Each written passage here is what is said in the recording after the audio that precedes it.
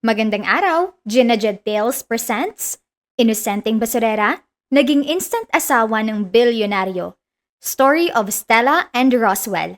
Isinulat ni Jessa Blue, to be narrated by yours truly, Miss Hanelet. Sundo? Teka, mamamatay na ba ako? Nagmulat si Stella ng mga mata at agad kumurap ng ilang beses dahil sa nakakasilaw na ilaw ng sasakyan na nakatutok sa kanya. Nakahiga siya sa loob ng kariton niyang pinaglalagyan ng bote, karton at bakal, at sa antok niya, akala niya talaga nasa kabilang buhay na siya. Sa harap niya, may isang lalaking nakatayo. Matangkad, nakaitim na suit, plansyado ang polo, makinis ang sapatos na parang hindi pa nakakaranas ng putik, at sa liwanag mula sa kotse sa likod nito, mukha talaga itong kung sinong sundo na galing sa langit. Napaupo ng bigla si Stella at napahawak sa dibdib. Isa ka bang sundo? Namumutlang sabi niya, sabay kusot sa mga mata. Grabe naman Lord, wala man ng warning, di pa nga ako nakakapag-Jollibee ulit. Bahagyang kumunot ang noo ng lalaki. Sa unang pagkakataon sa buong buhay niya, si Roswell Gian Calderon ay walang maisip na tamang sasabihin. Huminga siya ng malalim at sandaling napapikit. Hindi rin niya alam kung bakit sa lahat ng pwedeng lapitan para sa napaka-imposibleng alok. Isang basurerang natutulog sa kariton sa gilid ng kalsada ang napili niya. Pero huli na para umatras. Hindi ka mamamatay. Malamig niyang sabi. Agad namang napahinga ng maluwag si Stella. Pero isang segundo lang dahil muli niyang tinitigan ang lalaki mula ulo hanggang paa. Sabi niya. Saka bahagyang ngumisi. Kung ganun, ang gwapo mo namang sundo. Nanatiling walang emosyon ang mukha ni Roswell, pero ang driver niyang si Mang Tino na nasa may sakyan ay napaubo at mabilis na umiwas ng tingin. Napababa si Stella ng tingin sa sarili. Gusot ang damit niya. May bahid pa ng alikabok sa braso at ang buhok niya ay sabog na parang may sariling buhay. Pagkatapos, muli siyang tumingin sa lalaki. Sandali, Aniya, mas maingat na ngayon. Baka hold-upper ka. Hindi ako hold-upper. Scammer? Hindi. Nagbebenta ka ng kondo? Hindi. Insurance? Hindi rin. Salamat naman. Tumayo si Stella mula sa kariton at agad na napangiwi ng sumakit ang likod niya. Kasi wala kang mapapala sa akin. Yung kariton ko lang ang meron ako at sasabihin ko na agad, hindi ko to binibenta. Hindi sumagot si Roswell. Tinitigan lang ang dalaga na parang may iniisip kung paano niya sisimulan ng usapan. Lalong kinabahan sa Stella. Bakit ka ba nandito? Tanong niya. At bakit parang pang K-drama ang entrance mo? Nananahimik akong natutulog dito. Bigla kang susulpot na may ilaw-ilaw pa. May gusto akong ialok sa'yo. Ay nako, mabilis siyang umatras ng kalahating hakbang. Kapag narinig ko talaga yung ganyang linya, alam ko nang masama ang kasunod. Hindi masama ang alok ko. Ganon din sinasabi sa pelikula bago dukutin yung bida eh. Napatitig si Roswell sa dalaga. Mahilig ka manood ng pelikula? Kapag may bukas sa TV sa karinderya. Sandaling natahimik ang paligid. Huminga ulit ng malalim si Roswell. Halatang pinipigil ang inis o pasensya na hindi malaman ni Stella kung alin doon. Gutom ka ba? Tanong niya bigla. Napatigil si Stella. Mabilis siyang napalunok. Ayaw niyang magmukhang desperada. Pero mula pa kaninang hapon ang huli niyang kain. Isang tinapay na halos bato na sa tigas. Depende. Maingat niyang sagot. Anong klaseng tanong yan? Yung totoong gutom o gutom na may kasamang kondisyon? Pupunta tayo sa isang lugar na maayos. Kakain ka muna. Pagkatapos, ipapaliwanag kung gusto kong mangyari. Pinagmasdan siya ni Stella ng mabuti. Masyadong malinis. Masyadong maayos. Masyadong mayaman para kausapin siya ng ganito sa gitna ng gabi. Lalo tuloy siyang naghinala. Bakit ako? Dahil ikaw ang napili ko. Hindi mo ba pwedeng sabihin ng mas nakakakaba pa? Hindi na ito sumagot.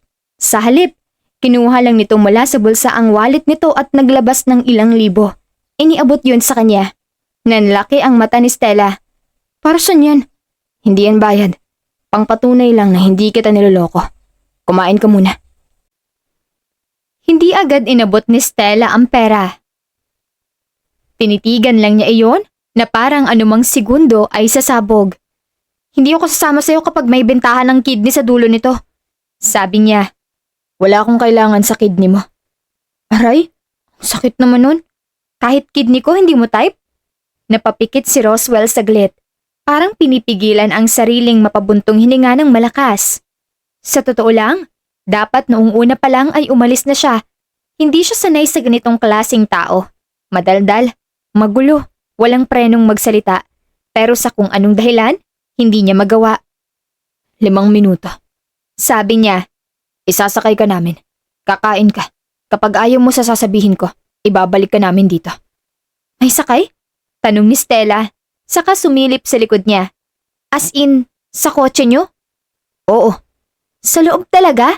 Hindi sa likod? Doon na bahagyang gumalaw ang gilid ng labi ni Roswell. Hindi halatang ngiti, pero malinaw na, muntik na. Napansin yun ni Stella at napamaang. Ay, marunong palang umiti to. Isip niya. Fine, sabi niya sa wakas. Pero may kondisyon ako. Ano? Kapag niloko mo ako, sisigaw ako. Tama lang. Kapag masarap ang pagkain, magbabalot ako. Bahala ka. At kapag may dessert, can you please shut up for a moment? Irritableng sabi ni Roswell, sabay hilot sa sentido. Pagkasabi nun ay tumalikod na agad siya at naglakad pabalik sa kotse. Napasimangot si Stella. Tss!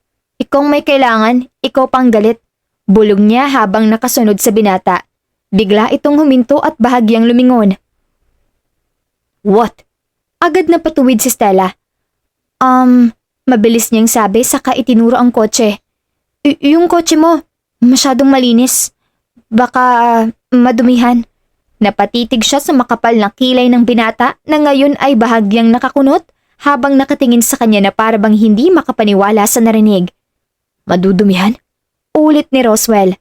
Oo, alanganing sagot ni Stella. Galing ako sa pangangalakal, 'di ba?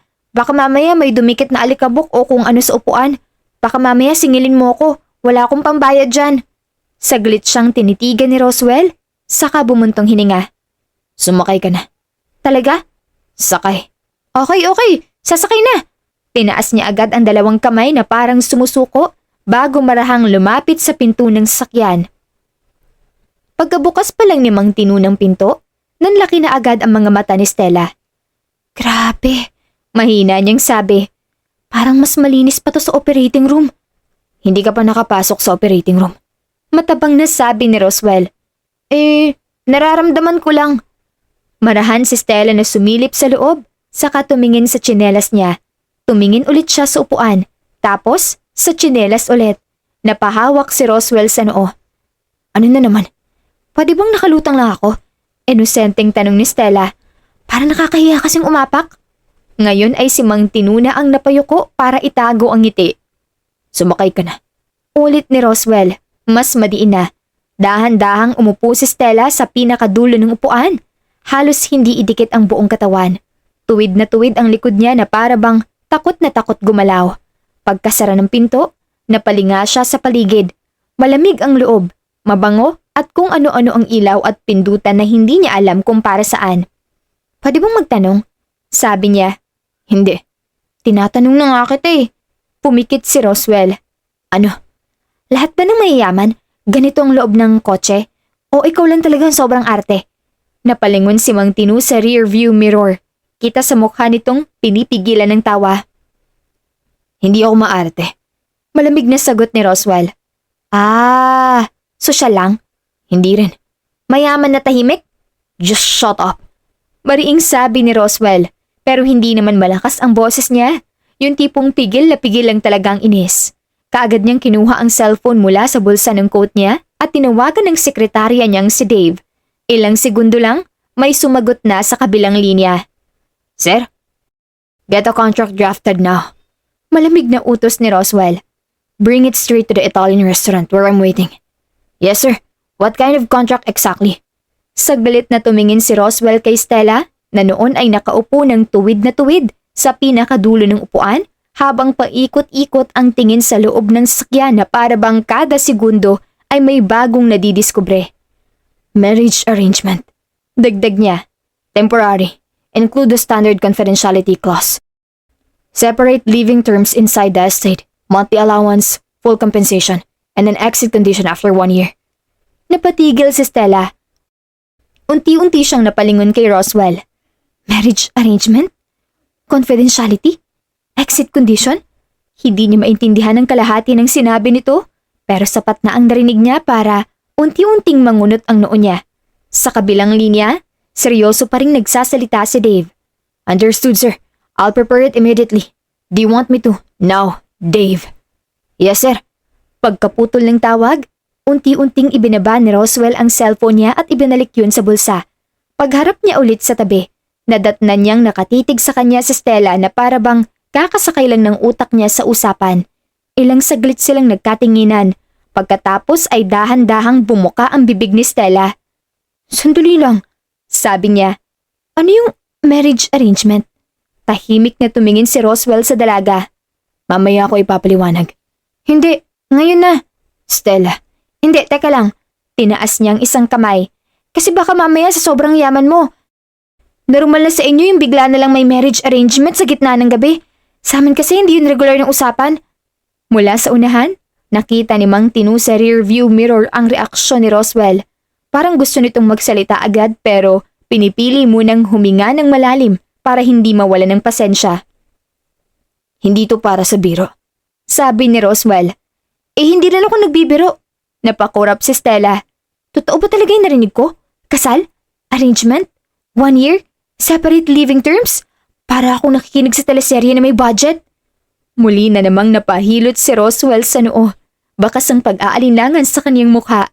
Sa dami ng babaeng pwede niyang piliin, bakit si Stella pa na halos bawat 2 segundo may bagong tanong at side comment. Pero huli na para umatras. Nanatili siyang tahimik hanggang sa huminto ang sasakyan sa tapat ng isang high-end Italian restaurant. Mula sa labas pa lang, ramdam ng exclusivity, malinis na salaming pinto, mahinahong ilaw at mga staff na tuwid ang tindig na parang bawat galaw ay pinag-aralan. Pagbukas ni Mang Tinu ng pinto, nanatiling nakaupo si Stella. Nakatitig lang siya sa loob. Tila isang maling hinga lang ang pagitan bago siya mapaalis sa lugar na yon. Nauna nang bumaba si Roswell, nang mapansin niyang hindi pa rin gumagalaw ang dalaga, bahagya siyang napahinto at napalingon. Ano? Uupo ka dyan o iiwan kita? Malamig niyang sabi. Agad napalingon si Stella sa kanya. Ha? Nakaupo nga ako. Napatigil si Roswell. Ilang segundo niyang tinitigan ang dalaga bago niya napagtantong nasa loob pa nga ito ng sasakyan at literal na nakaupo. Napakurap si Stella, saka bahagyang itinuro ang sarili. Alam ko namang suplado ka, pero wag mo naman akong lituhin. Mula sa kabilang side, si Mang Tinu ay bahagyang yumuko para itago ang ngiti. Mas lalong napahigpit ang panga ni Roswell. Ang ibig kong sabihin, bababa ka ba o hindi? Napabuntong hininga si Stella. Kasi naman, pwede namang kumpletuhin ang sentence, diba? Hindi ako mind reader. Really? Oo na, bababa na. Dahan-dahan siyang lumabas ng sasakyan, pero pagkatapak pa lang niya sa lupa, kusa na siyang napatingin sa tsinelas niya.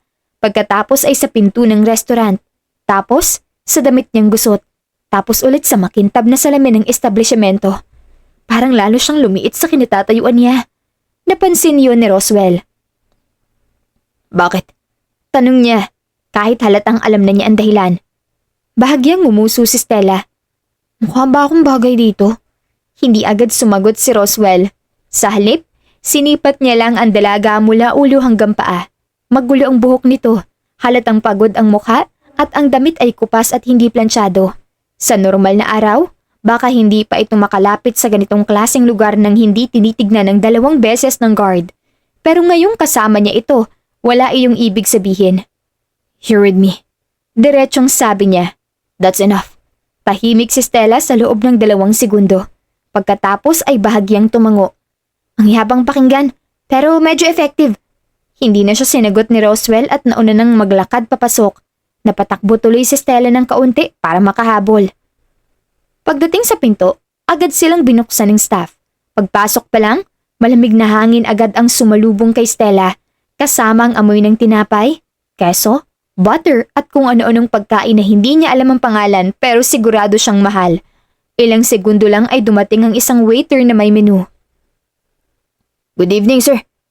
Bring water first, sabi ni Roswell. Then food. Something warm for her. Tumango ang waiter. Of course, sir. Pagkaalis nito, marahang inangat ni Stella ang menu. Pero ilang saglit lang ay binabari niya yon. May problema? Tanong ni Roswell. Wala, sagot niya. Pero halatang meron. Then why are you looking at that like it offended you? Di ako marunong magbasa ng mga presyong walang kasamang peso sign. Diretso niyang sagot. Tsaka, ba't puro Italian? Paano ko malalaman kung pagkain mo to o pangalan ng tao? Muntik nang mapabuntong hininga si Roswell. Order what you want. Hindi ko alam kung ano yung gusto ko. I'll order. Good, kasi kung ako order, baka tubig lang ang piliin ko at baka mahal pa rin. Tahimik lang si Roswell, pero sa gilid ng labi nito ay may bahagyang gumalaw na para bang gusto niyang matawa pero pinipigilan niya. Dumating ang tubig at agad na nilagyan ng waiter ng laman ang baso ni Stella. Maingat niya iyong hinawakan na para bang mamahaling bagay na pwedeng singilin sa kanya kapag nabasag. Pagkaalis ulit ng waiter, napatingin siya sa paligid. Sir, Biti ni Stella na sabi. I'm Roswell. Ako po si Stella. Tumango lang si Roswell, parang walang ibig sabihin ng lahat. Ilang segundong lumipas, saka bumukas ang pinto at pumasok ang isang lalaking nakasuot ng tuxedo sa loob ng silid. Agad tumayo si Roswell. Dave. Lumapit ang lalaki at bahagyang yumuko. Sir, nandito na po ang draft. Nanlaki ang mata ni Stella. Mabilis siyang tumingin kay Roswell, pagkatapos ay sa envelope, saka ulit sa bagong dating. Iniabot ni Dave ang envelope kay Roswell. Pinahanda ko na rin po ang soft copy sa legal team kung may gusto pa kayong baguhin. Tahimik na tinanggap yun ni Roswell. Good. Hindi na nakatiis si Stella. Dahan-dahan niyang itinaas ang kamay na parang estudyanteng gustong sumingit sa recitation. Excuse me po, sabi niya. Napalingon sa kanya si Dave. Halatang ngayon lang siya napansing mabuti. At sa isang iglap, kitang-kita sa mukha nito ang maikling gulat bago agad nagbalik sa profesional na ekspresyon. Yes, miss. Ano po? Panimula niya, saka itinuro ang envelope. May exam po ba? Saglit na natahimik si Dave. Pagkatapos ay napatingin ito kay Roswell na parabang hinihintay kung sasagutin ba nito iyon o hindi. Si Roswell ay nanatiling kalmado. Hindi exam. Mas malala ba? Agad na tanong ni Stella. Contract. Parang may malamig na tubig na ibinuhos sa likod ni Stella. Contract? Ulit niya. As in, pipirmahan? Yes. Ngayong gabi? Yes. Pagkatapos kong pakainin mo ng tinapay at tubig? Bahagyang pumikit si Roswell. Stella. Ano? Kinakabahan lang ako. Napayuko si Dave para itago ang reaksyon niya. Halatang gusto nitong manatiling seryoso, pero hirap din itong mag-poker face sa naririnig. Napansin yun ni Stella at agad siyang napalingon dito. Kuya, honest answer, dapat ba akong kabahan? Si Dave ay napatuwid agad. Miss, hindi po akong tamang tao para sumagot niyan. So kakabahan nga ako. Enough.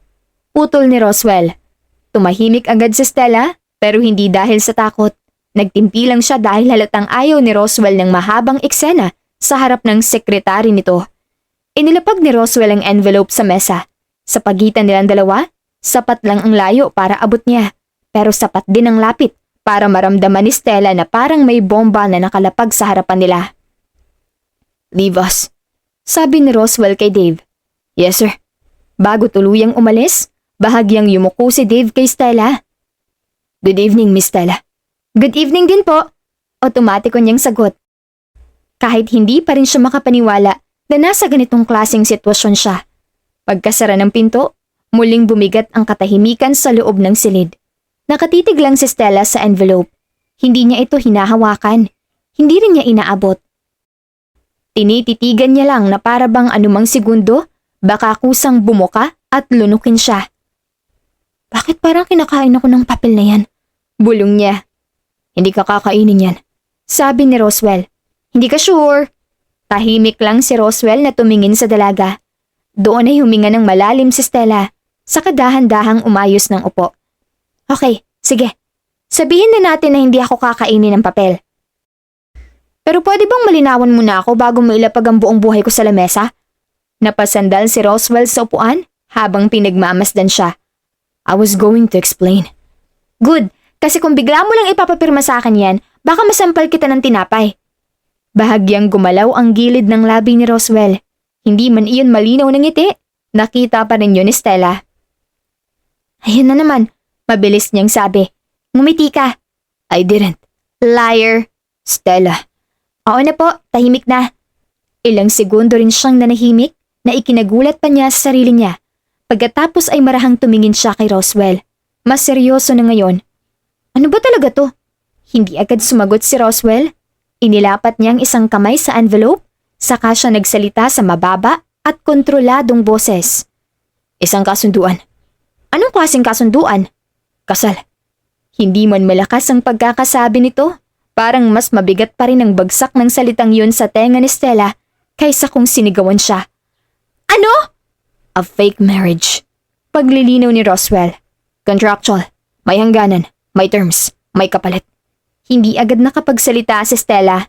Parang gusto niyang tumawa dahil sa absurd ng sitwasyon, pero gusto niya ring tumakbo palabas dahil baka mamaya, totoo nga ito. Sa huli, ang lumabas lang sa bibig niya ay, hindi ba pwedeng simpleng trabaho na lang?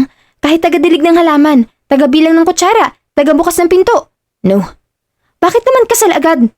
Because that's what I need. Humawak si Stella sa baso niya at uminom ng tubig, kahit hindi naman siya nauuhaw.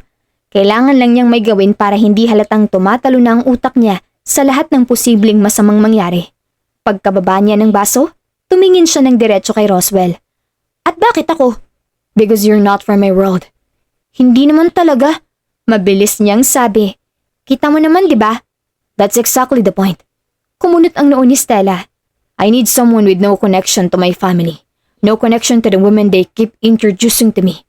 And no interest in using my name for personal gain. Dahan-dahang tumango si Stella. So gusto mo ng taong walang pakialam sa yaman mo? Yes. Tapos akong napili mo dahil mukha akong walang pakialam? You look like someone who says what she means. Napakurap si Stella. Hindi niya alam kung maiinsulto ba siya o matutuwa. Ang weird mong pumuri. Hindi sumagot si Roswell. Sa halip, marahan lang niyang itinulak ang envelope palapit kay Stella. Nandiyan ang buong detalye. Basahin mo. Ha? Read the full details. Alanganing napatitig si Stella sa envelope at napakagat sa labi. Hindi ko mauunawaan ang nakasaad dyan kahit basahin ko. Kanina, kalmado lang siya. Kontrolado. Parang normal lang sa kanya ang maglapag ng kontrata sa harap ng isang tao at utusan itong basahin.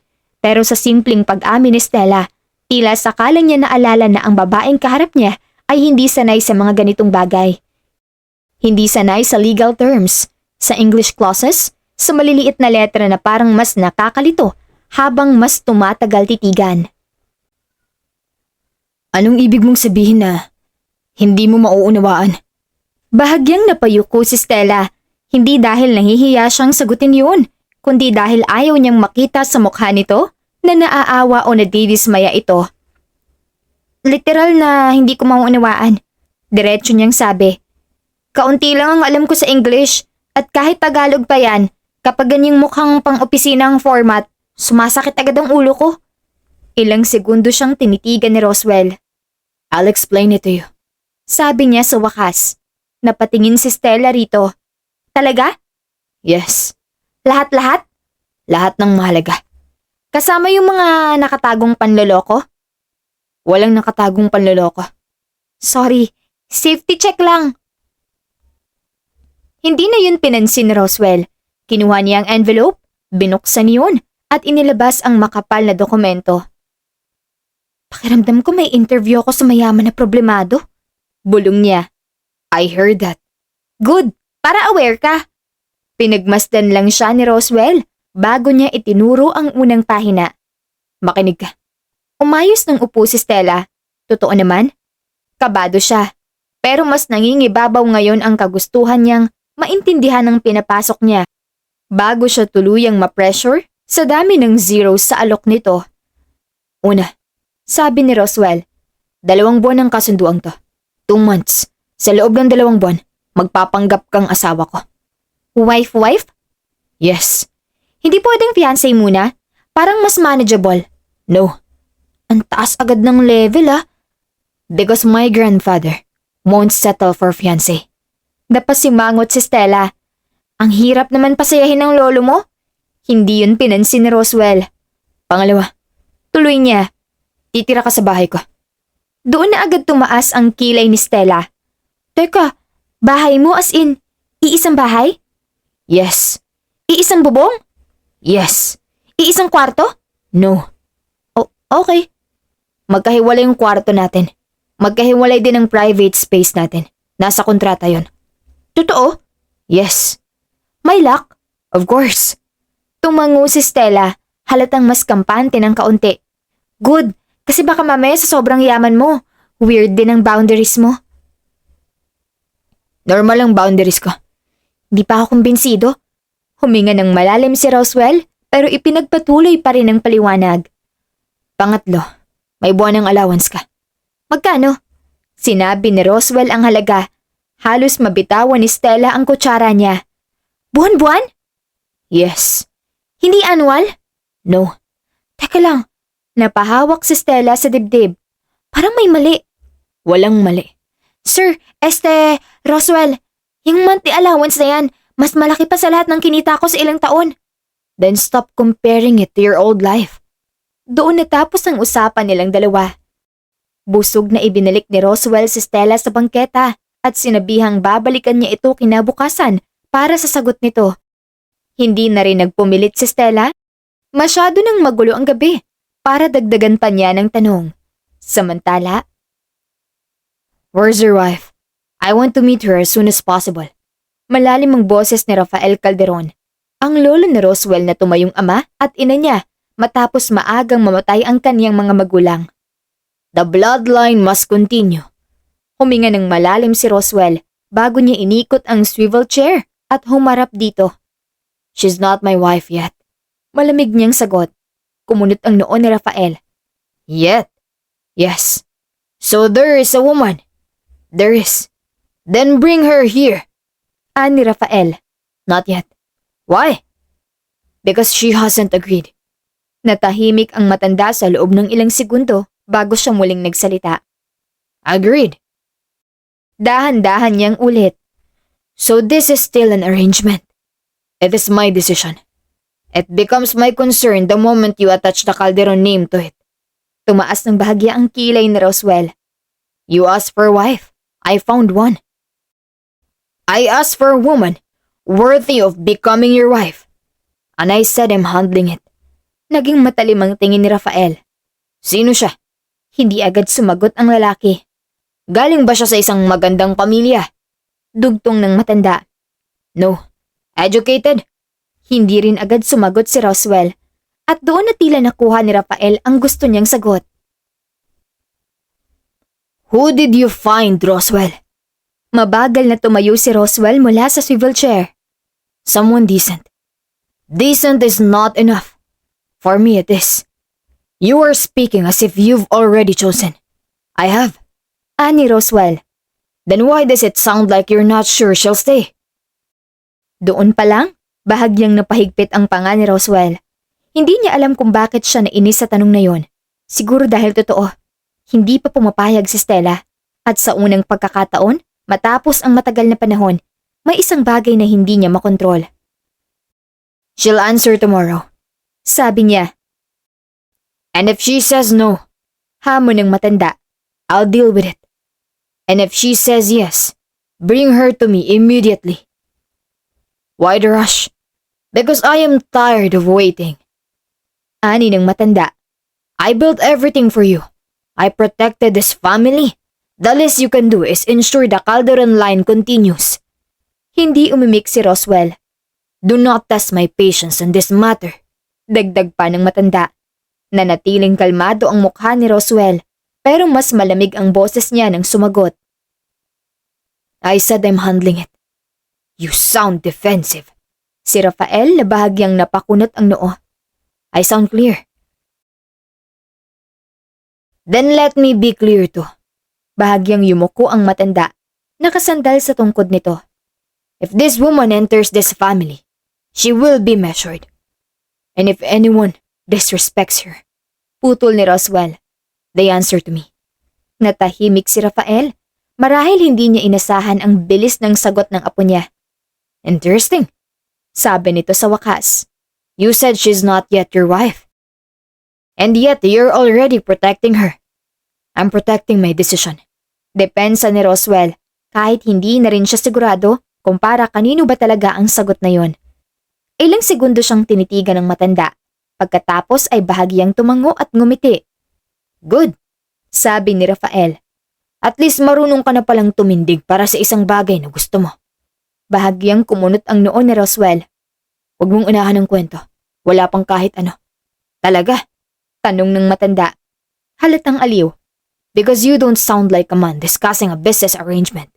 You sound like a man already invested. You're reading too much into it. Maybe. Sabi ni Rafael.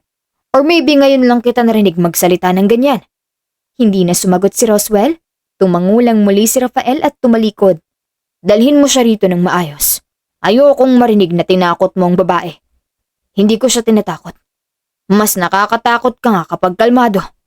Pagkasabi noon, tuluyan nang lumabas ang matanda. Naiwan si Roswell sa loob ng study.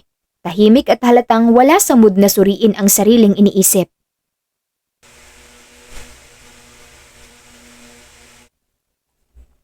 Samantala, dito po yun talaga? Halos mapanganga si Stella nang sumama siya sa kotse matapos pirmahan ng kasunduan. Nakatayo siya ngayon sa harap ng isang napakalaking bahay na sa unang tingin pa lang ay halatang hindi bahay, kundi parang resort na may sariling problema.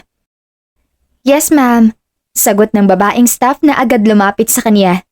Mamaya po ay darating rin ng social grace mentor niyo. Po? Mentor po iyon na magtuturo sa inyo.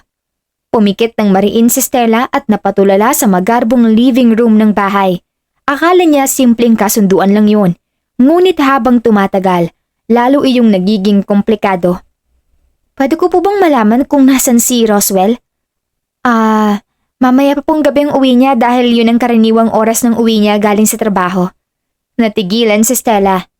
Gabi pa? Yes ma'am. Iniwan niya ako rito ng ganito? Hindi agad nakasagot ng staff. Halatang hindi rin ito alam kung ano ang tamang isasagot. May sinabi po ba siya bago umalis? Tanong ulit ni Stella. Ang bilin lang po niya ay ihanda kayo. Napakurap si Stella. Ihanda? Yes ma'am.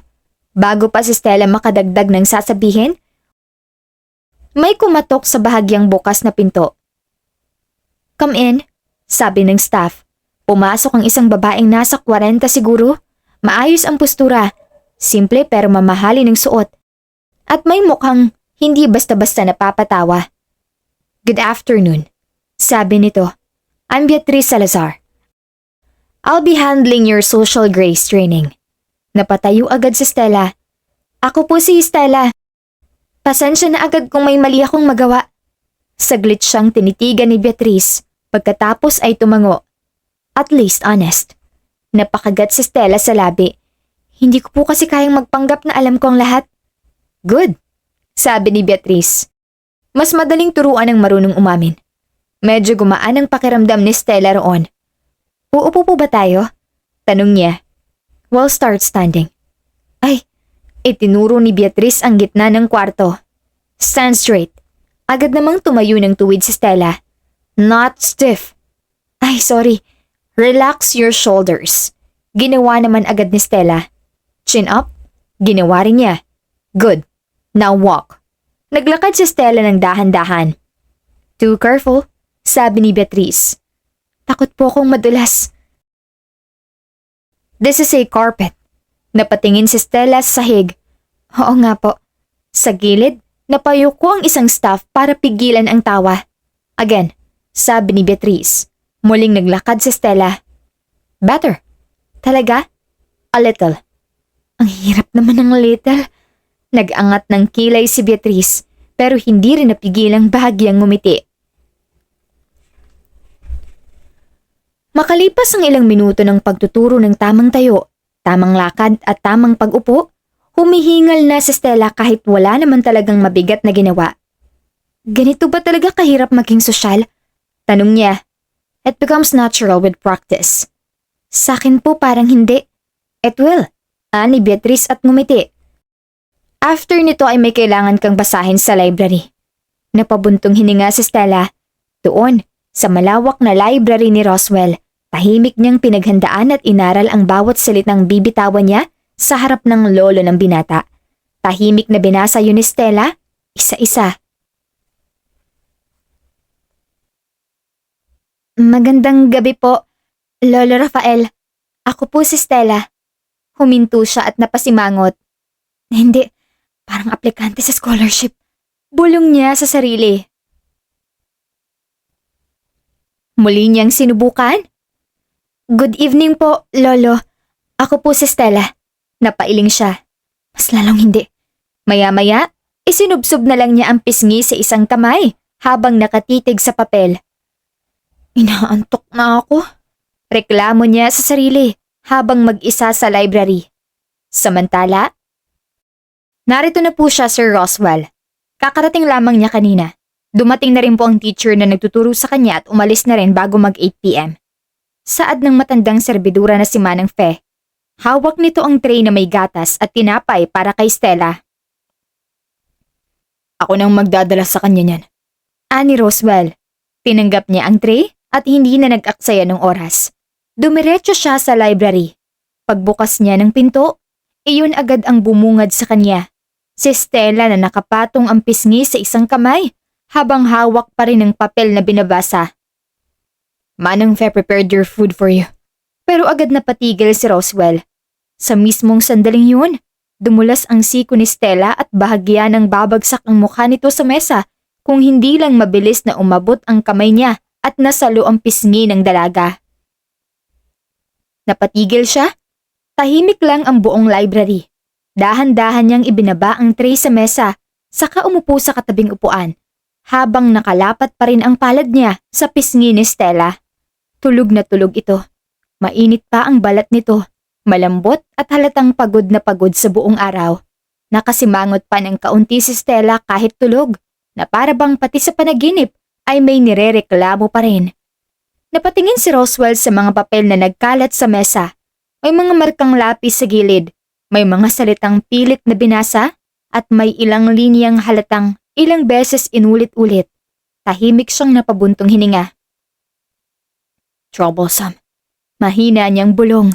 Parang may narinig si Stella dahil bahagya itong gumalaw. Kumunot ang noo nito at mas lalong sumandal ang pisngi sa palad ni Roswell. Doon lalo siyang napatigil.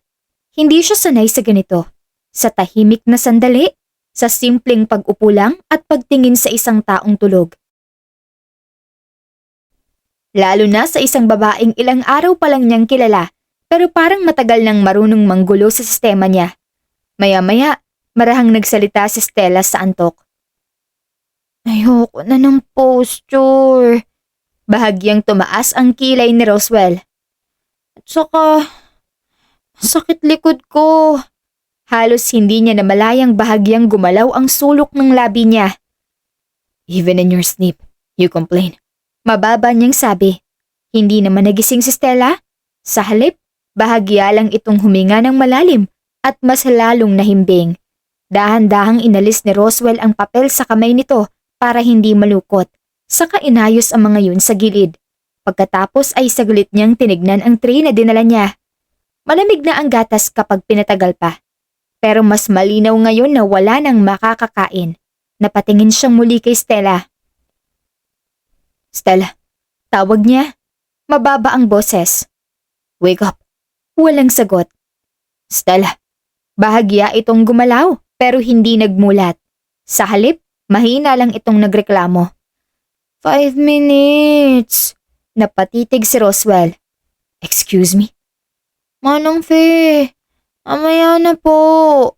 Sandaling pumikit si Roswell at napailing. Pagmulat niya ulit, nandyan pa rin ang parehong problema. Tulog ang peking asawa niya sa library na ang pisngi ay nasa palad pa rin niya. At sa hindi ni Roswell maipaliwanag na dahilan, hindi niya agad inalis ang kamay niya. Ilang segundo pa ang lumipas bago siya tuluyang kumilos. Maingat niyang binawi ang kamay niya sa pisngi nito. Pagkatapos ay tumayo. Umikot siya sa likod ng upuan ni Stella at bahagyang yumuko. Stella, Tawag niya ulit, mas malinaw na ngayon. wake up. Hindi pwedeng dito ka matulog. Sa wakas, marahang nagmulat si Stella. Namumungay pa ang mga mata nito at halatang lutang pa ang isip. Napakurap-kurap siya bago agad napatigil nang makitang si Roswell ang nasa harapan niya. Ha? Eat first, before you sleep. Sa wakas, nandito ka na.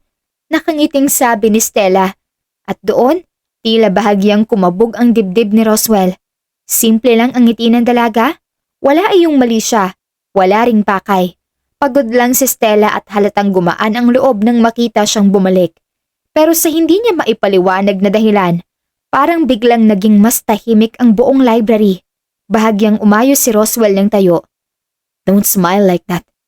Agad kumunot ang noo ni Stella. Ha? Bakit? Just eat. Grabe. Bulong niya habang inaabot ang tinapay. Ikaw na nga tong hinihintay ko. Ikaw pang galit. I'm not angry. Talaga?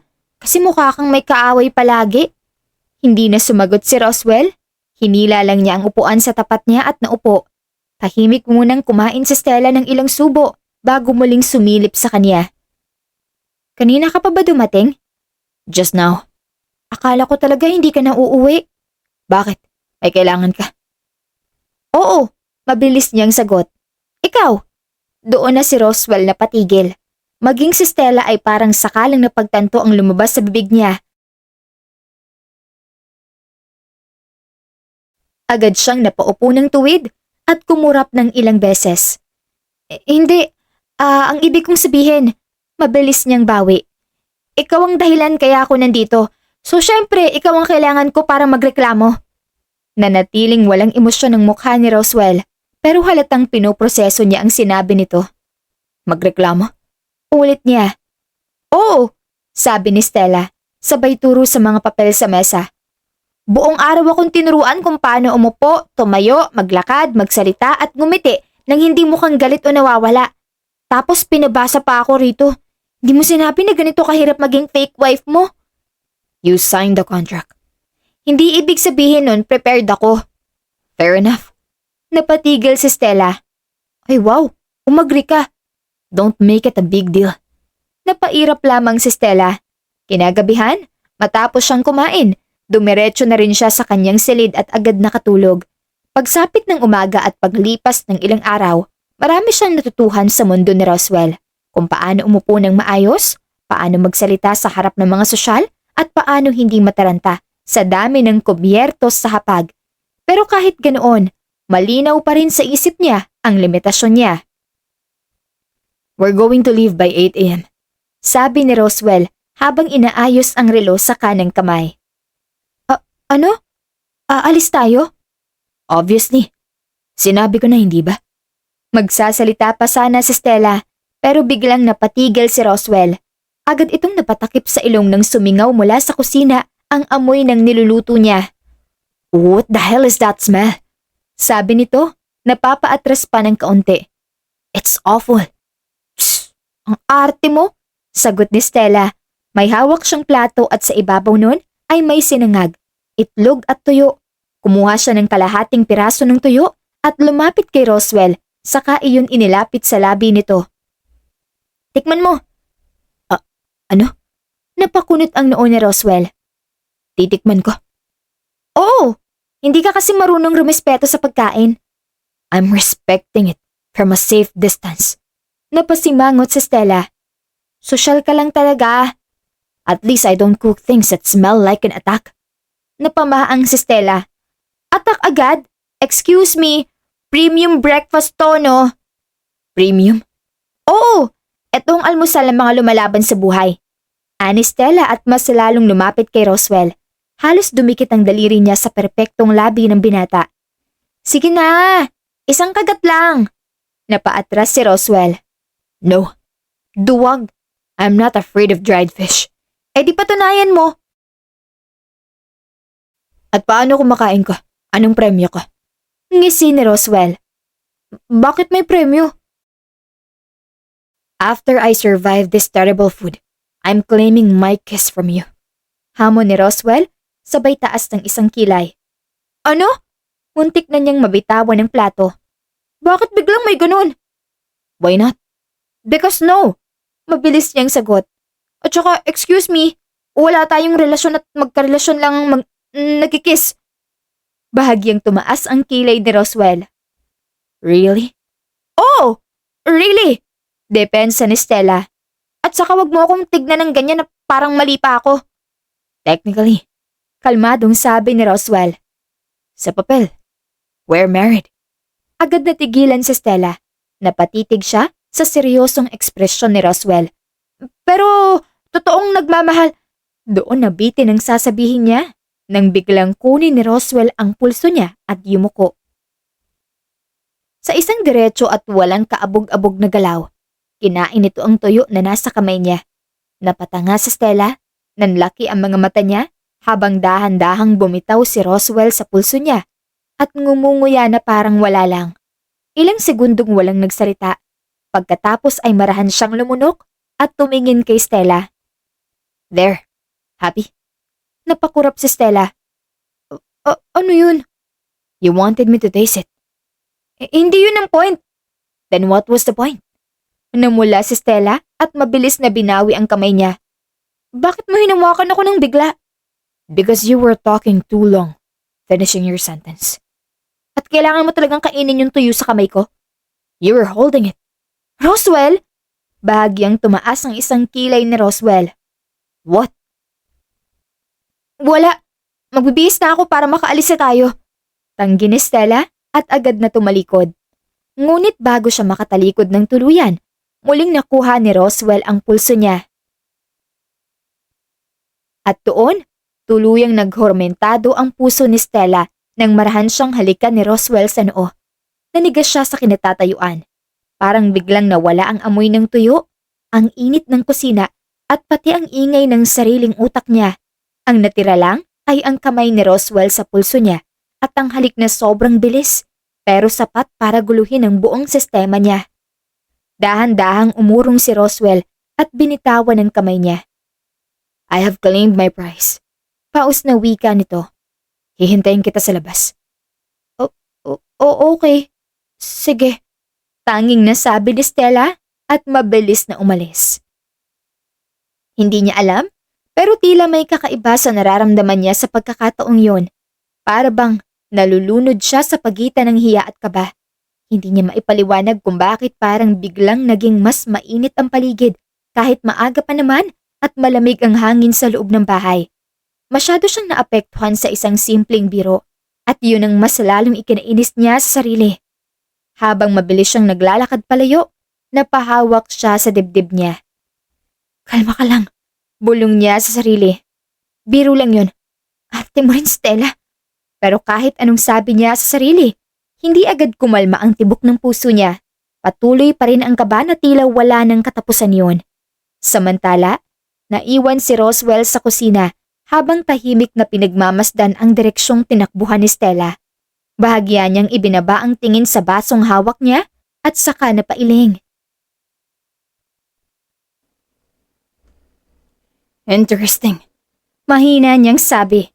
Hindi rin niya inaasahan na ganoon ang magiging reaksyon nito at mas lalong hindi niya inaasahan na siya mismo ay mahuhulog sa hindi malamang dahilan. Makalipas ang ilang minuto, bumaba rin si Stella na mas maayos na ang ayos pero halatang umiiwas ng tingin. Nasa may pinto si Roswell, naghihintay. Ready? Tanong niya. Oo, sagot ni Stella na mabilis at maiksi. Bahagyang tumaas ang kilay ng binata. Tahimik ka. Marunong naman ako nun. Really? Parang hindi naman. Napairap si Stella. Huwag ka na nga magsalita. At doon na naman bahagyang ngumiti si Roswell. Pagkasakay nila sa kotse, nanatiling tahimik si Stella sa unang ilang minuto. Nakatitig lang siya sa labas ng bintana. Pilit inaayos ang sarili. Pero dahil si Stella siya, hindi rin nagtagal ang katahimikan. Roswell. What? Huwag mo nang uulitin yung joke mo kanina. Which one? Alam niyang alam nito kung alin. Pero tinignan pa rin siya nito na parang inosente. Yung kiss, mahinang sabi niya. Nagkibit balikat si Roswell. Why? It worked. Hindi nakakatuwa. Your face says otherwise.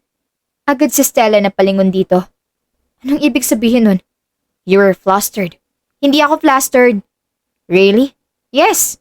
Tinitigan lang siya ni Roswell ng ilang segundo.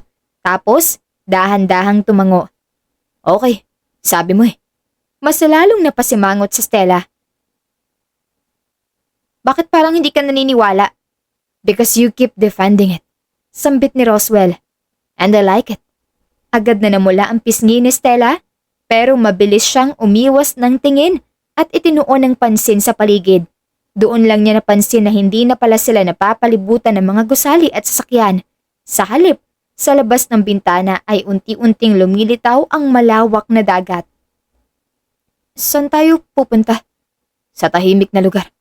Napakurap si Stella at napalingon agad sa binata. Tahimik na lugar? Bakit parang mas nakakabahala pakinggan kapag galing sa'yo? Hindi sumagot si Roswell. Nakatingin lang ito sa unahan habang kalmado ang mukha na para bang normal lang ang lahat. Roswell. What? Kapag sinabi mong tahimik na lugar, sana hindi yung klase ng tahimik na may kasamang libingan. Doon bahagyang gumalaw ang gilid ng labi ni Roswell at umirap sa kawalan. You watch too many dramas. Hindi na siya pinansin ni Roswell. Makalipas ang ilang minuto, huminto ang sasakyan sa isang pribadong bahagi ng dalampasigan. Tahimik ang lugar, malinis at halos walang tao.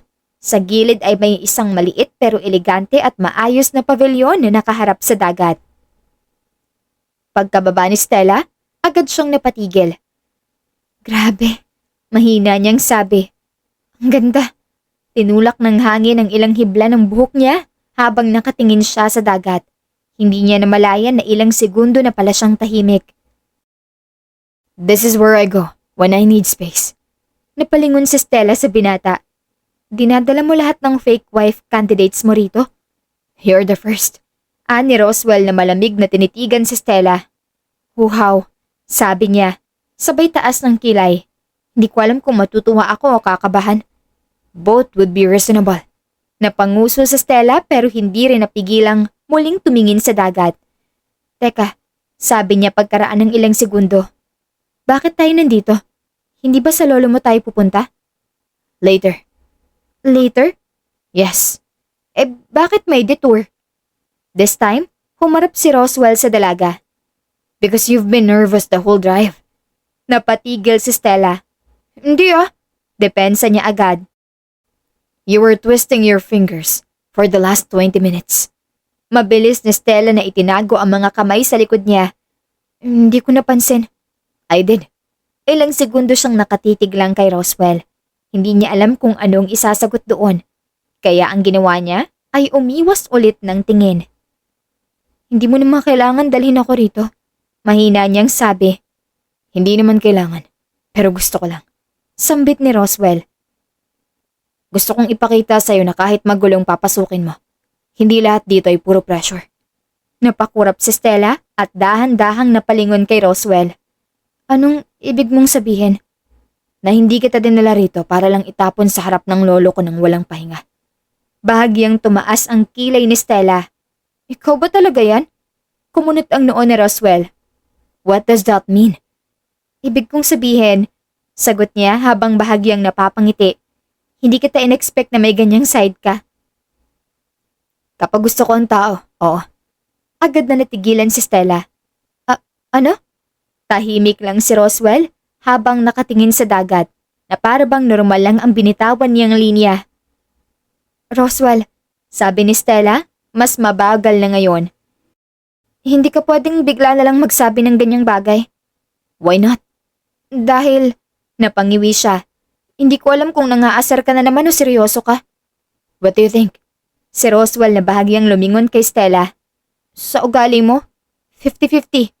Doon bahagyang ngumisi si Roswell. Napairap si Stella. Ayan, niloloko mo na naman ako. I didn't say I was joking. Tss, alam mo, naniniwala ako sa tadhana. Sambit ni Stella habang nakatanaw sa dagat. na ang dalawang tao ay pinagtagpo dahil sa pareho nilang nakaraan. Bahagyang kumunot ang noo ni Roswell. That sounds complicated. Hindi naman. Humarap si Stella sa binata. Ibig sabihin lang, may dahilan kung bakit nagtatagpo ang mga tao. Kahit gaano pa kaimposible.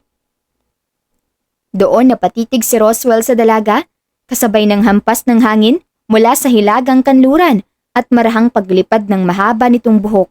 Sa pagkakataong yun, may kung anong mabigat na sumikip sa dibdib niya.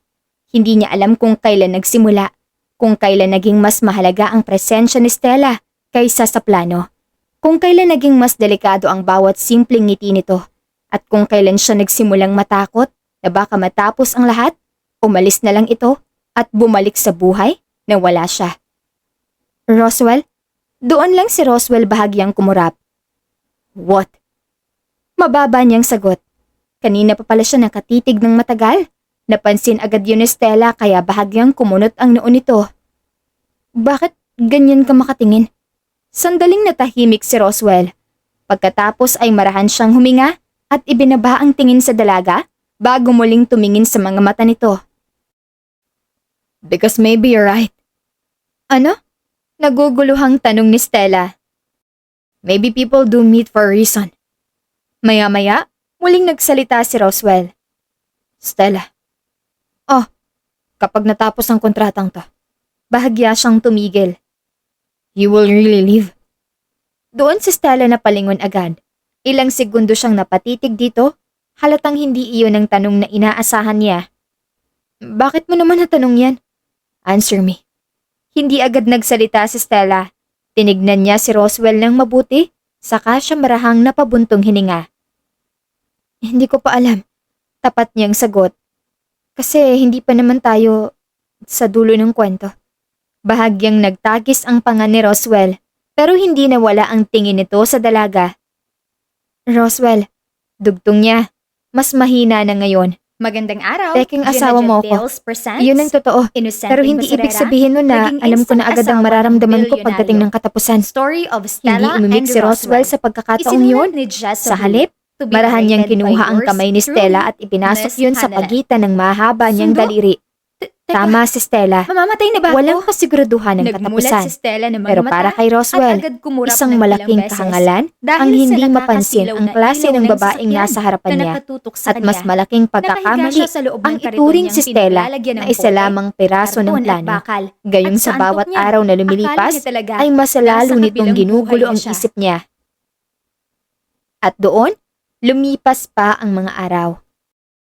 Unti-unting nasanay si Stella sa mundo ni Roswell, sa malalaking hapagkainan, sa mga titig ng mga taong sanay sa formalidad, sa mga aral na paulit-ulit niyang pinapraktis kahit minsan na ay gusto na niyang sumuko.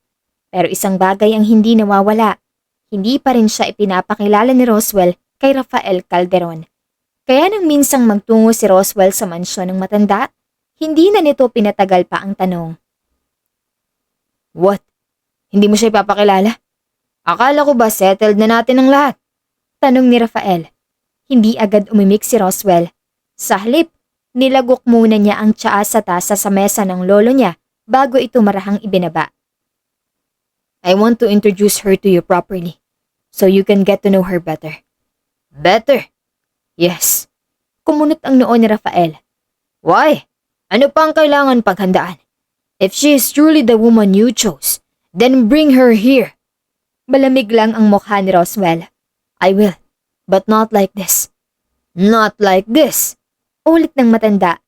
Roswell, you are not presenting a business partner. Babae lang ang ipapakilala mo. And that's exactly why I won't rush it. Doon bahagyang nanikip ang tingin ni Rafael sa apo niya. Hindi ka naman ganito noon, sabi ng matanda. Kapag may kailangan ayusin, inaayos mo agad. Ngayon, bakit parang iniingatan mo? Because I don't want this to turn into an interrogation. Ani Roswell. Huminga ng malalim si Rafael. If she cannot survive a few questions from me, then maybe she's not fit for this family. She doesn't need to prove herself in one afternoon. And yet you expect me to accept her eventually. I expect you to meet her as a person first. Diretso niyang sagot. not as a candidate for the Calderon name. Ano ba talaga ang nararamdaman mo sa kanya? Doon natigilan si Roswell. Sa totoo lang, alam niya ang sagot. Hindi lang niya gustong marinig yun ng malakas. She matters. Sabi niya sa wakas. Bahagyang tumaas ang kilay ni Rafael.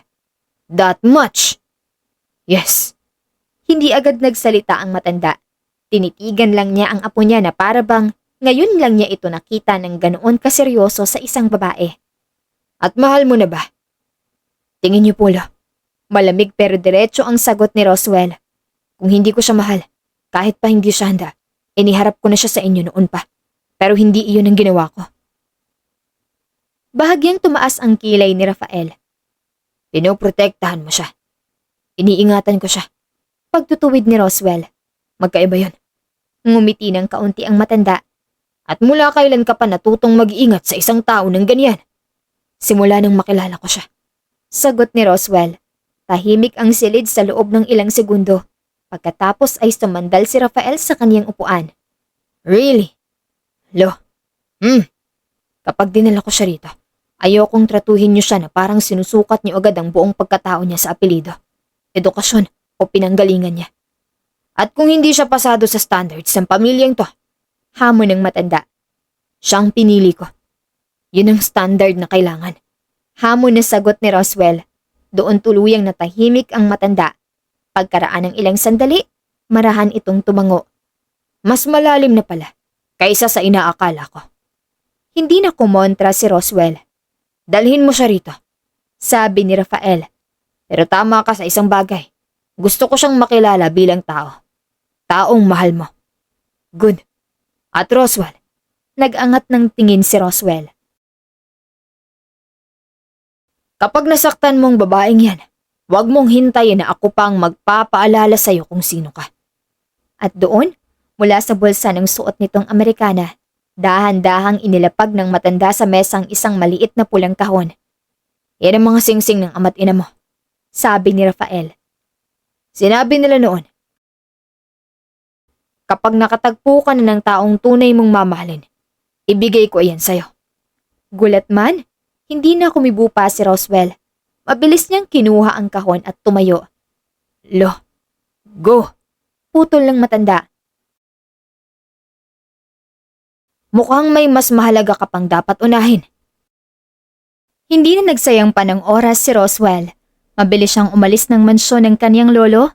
Sa mga sandaling yun, iisa lang ang malinaw sa isip niya, na mas mahalaga ng ipagtapat kay Stella ang nararamdaman niya bago pa mahuli ang lahat. Samantala, tinanaw ni Stella ang malaking bundok mula sa balkonahe habang unti-unting nilalamon ng kahel na liwanag ng dapit hapon ang langit. Tahimik ang paligid, malamig ang hangin, at sa unang pagkakataon matapos ang napakaraming nangyari, nagawa niyang mapag-isa ang sarili niyang isip. Kapag natapos na to, bulong niya sa sarili, babalik ako sa mundo ko, at ganun din siya. Masakit tanggapin pero yun ang totoo. Kontrata lang ang lahat. May simula, may hangganan, at kahit gaano pa kagulo o kaganda ang mga nangyayari sa pagitan nila, darating pa rin ang araw na kailangan nilang bumalik sa totoo. Napabuntong hininga siya at yumakap sa sarili. Ang tanga mo rin, Stella. Mahina niyang sabi. Bakit ka ba nasasanay? Because I made it hard not to. Agad si Stella na napalingon. Nakatayo si Roswell sa may pinto ng balkonahe. Hingal ng bahagya, hawak ang maliit na pulang kahon, at sa unang tingin pa lang, halatang hindi ito dumating doon para mang-asar o makipagtalo. Roswell, mahina niyang sabi. Dahan-dahan itong lumapit. Anong ginagawa mo rito? Tanong ni Stella, kahit alam niyang bahay iyon ng binata. I was looking for you. Bakit? Hindi agad sumagot si Roswell. Sa halip, tumabi muna siya sa rehas ng balkonahe at saglit na tumingin sa bundok bago ibinalik ang tingin sa dalaga. May mali sa sinabi mo. Kumunot ang noo ni Stella. Ano? Hindi ka na babalik sa dati. Roswell. No. Umiling si Roswell. Pakinggan mo muna ako. Tahimik si Stella. Hindi niya alam kung bakit, pero biglang bumilis ang tibok ng puso niya Huminga ng malalim si Roswell bago tumingin sa dalaga ng diretso. Nung una, plano lang to para sa akin. Isang kasunduan. Isang paraan para matapos ng pangungulit ng lolo ko. Bahagya siyang tumigil. Pero habang tumatagal, ikaw nang naging dahilan kung bakit ayokong matapos agad. Dahan-dahang nanlaki ang mata ni Stella. Hindi siya makasagot, hindi rin siya makagalaw. At si Roswell, sa kauna-unahang pagkakataon, hindi malamig ang tono. Hindi rin kontroladong kontrolado. Totoo at diretso. At ayoko nang magsinungaling sa sarili ko. Dugtong niya. Mahal kita, Stella. Parang saglit na tumigil ang mundo ni Stella sa narinig. Magsalita ka ulit. Mahina niyang sabi. Bahagyang kumunot ang noo ni Roswell. What? Hindi ko sure kung tamang narinig ko. Doon ay mas lumapit ito ng kaunti. Mahal kita. Ulit niya. Hindi dahil sa kontrata. Hindi dahil kailangan kita. Kundi dahil ikaw ka. Napakagat si Stella sa labi at agad na puno ng luha ang mga mata niya. Grabe ka naman. Bulong niya. Bakit ganyan ka umamin? Too much? Hindi. Napailing siya habang natatawa na naiiyak. Masyadong diretsahan. I told you before. I don't like lying. Natawa si Stella ng mahina at mabilis na pinunasan ang gilid ng mata niya. Alam mo, sabi niya, nakakainis ka pa rin. Hindi nagsalita si Roswell. Sa halip, bahagya siyang ngumiti at inayos ang ilang hibla ng buhok ni Stella na dumampi sa maamo nitong mukha. Noon, trabaho at pagpapalago lang ng pangalan ng Calderon ang sentro ng mundo niya. Akala niya, ang pagmamahal ay isa lang sa mga bagay na pwedeng isantabi. Isang emosyon na hindi naman kailangan kung kaya mo namang mabuhay ng mag-isa. Inisip niyang darating din ang araw na mamamatay siya at kakalimutan ng lahat. Kaya bakit pa niya hahayaang may sino man na maging mahalaga? Pero nang dumating si Stella, doon nagbago ang lahat. Doon niya naintindihan na may mga bagay na hindi kayang palitan ng pera, ng kapangyarihan o ng tagumpay. At isa roon ang pagmamahal. Iyong klase ng pagmamahal na hindi pinipilit at dumarating ng hindi mo inaasahan.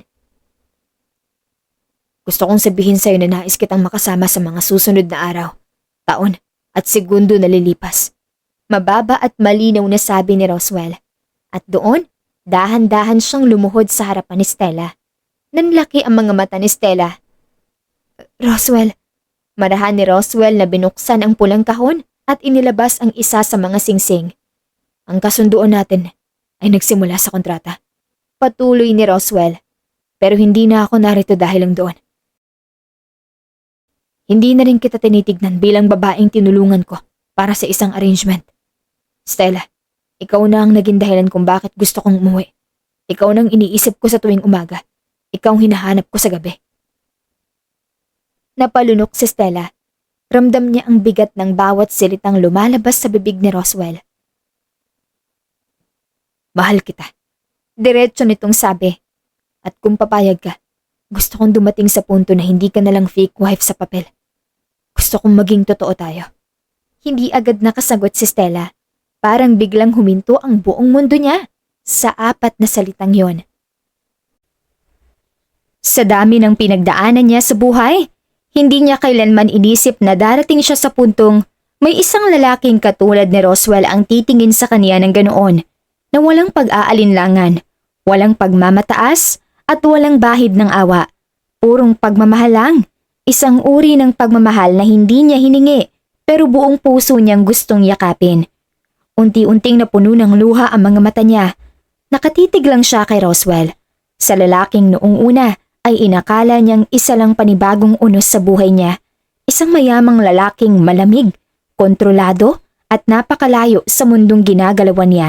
Pero habang tumatagal, iyon din palang lalaking yon ang magiging pahinga niya, ang magiging katahimikan niya matapos ang mahabang pakikipaglaban sa mundo. Sa magulong buhay na kinalakihan niya, sanay siyang wala, sanay siyang lumaban ng mag-isa, sanay siyang walang hinihintay, walang inaasahan at lalong walang inuuwian. Pero kay Roswell, unang beses niyang naramdaman na pwede pala siyang maging mahina, na pwede pala siyang sumandal, na pwede palang may taong magsasabing, ako na ang bahala. At sa unang pagkakataon, maniniwala siya roon. Mahal kita, Roswell. Nanginginig ang boses na sabi ni Stella habang tuluyan ng tumulo ang mga luha sa pisngi niya. At ikaw ang tahanang matagal ko nang gustong uwian. Parang may kung anong mabigat na tuluyang bumagsak sa loob ni Roswell nang marinig yun. Hindi niya na napigilan ang sarili. Agad siyang lumapit at hinawakan ang mukha ni Stella na para bang gusto niyang tiyaking totoo ang bawat salitang narinig niya, na hindi ito panaginip at hindi ito isa na namang bagay na mawawala sa pagmulat niya kinabukasan. Stella, mahina niyang tawag pero basag ang dating ng boses. Do you know what you're doing to me? Bahagyang natawa si Stella sa gitna ng pag-iyak, pero mas lalo lang siyang napahagulgol nang maramdaman ang pag-iingat sa paraan ng paghawak nito sa kaniya. Matagal ko nang gustong pigilan to. Pagtatapat niya, kasi alam ko naman kung ano lang ako sa simula. Alam ko kung saan ako nanggaling. Alam ko kung gaano kalayo ang pagitan natin. Kaya araw-araw kong pinipilit sa sarili ko na hanggang kontrata lang to. Hanggang papel lang. Hanggang pagpapanggap lang. Napapikit siya at mas lalo pang bumagsak ang luha niya. Pero habang tumatagal, nahirapan na akong magsinungaling sa sarili ko. Kasi bawat araw na magkasama tayo, mas lalo kong nararamdaman na hindi na kita gustong mawala. Natatakot ako sa araw na matatapos to dahil ayokong bumalik sa buhay na wala ka. Nanatiling tahimik si Roswell, pero kita sa mukha nito na malalim ang tama ng bawat salita sa kanya.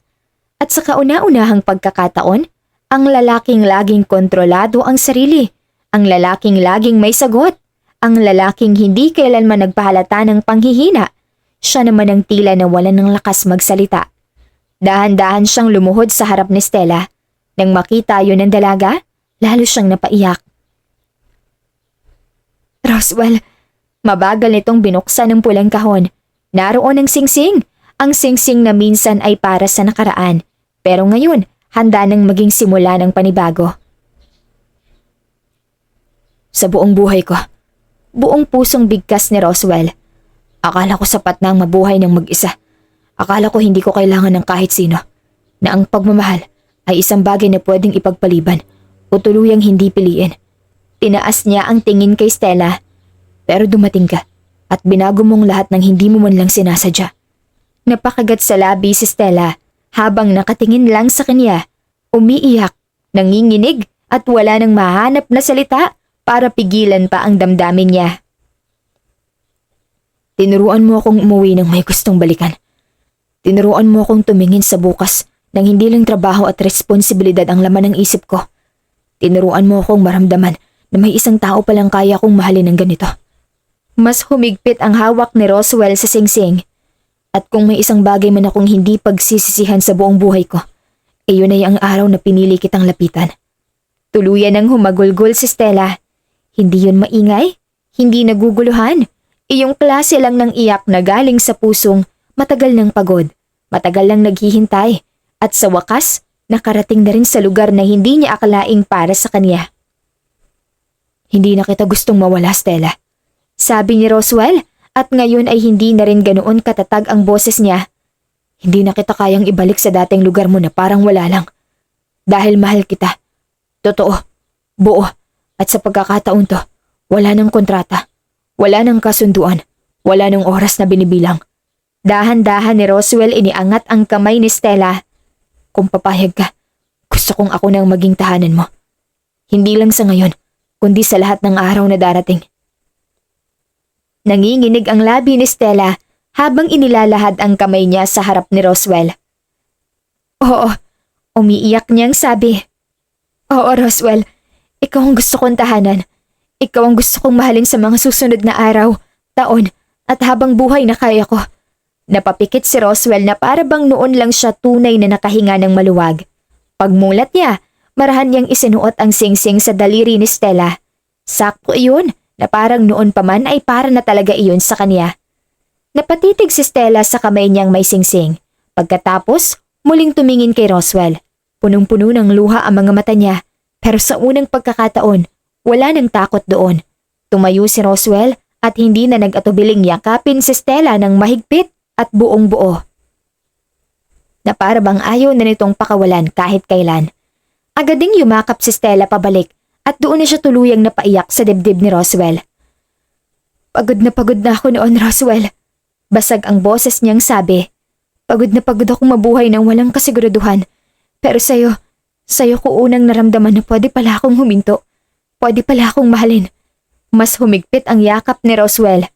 At hindi na kita hahayaang maghanap pa ng ibang uuwian. Bulong ni Roswell sa buhok ni Stella. Dahil nandito na ako. Napapikit si Stella at tuluyang isinandal ang sarili sa binata. At sa mga sandaling yon, wala nang bangketa, wala nang kontrata, wala nang pagitan ng mayaman at mahirap, wala nang takot sa kung ano ang sasabihin ng mundo. 2 tao na lang sila na parehong sugatan noon, parehong hindi naniwala sa pagmamahal sa simula, pero sa huli ay natagpuan ng isa't isa sa pinaka hindi inaasahang paraan. Maya-maya, marahang lumayo si Roswell at hinawakan ng mukha ni Stella. Can I kiss you?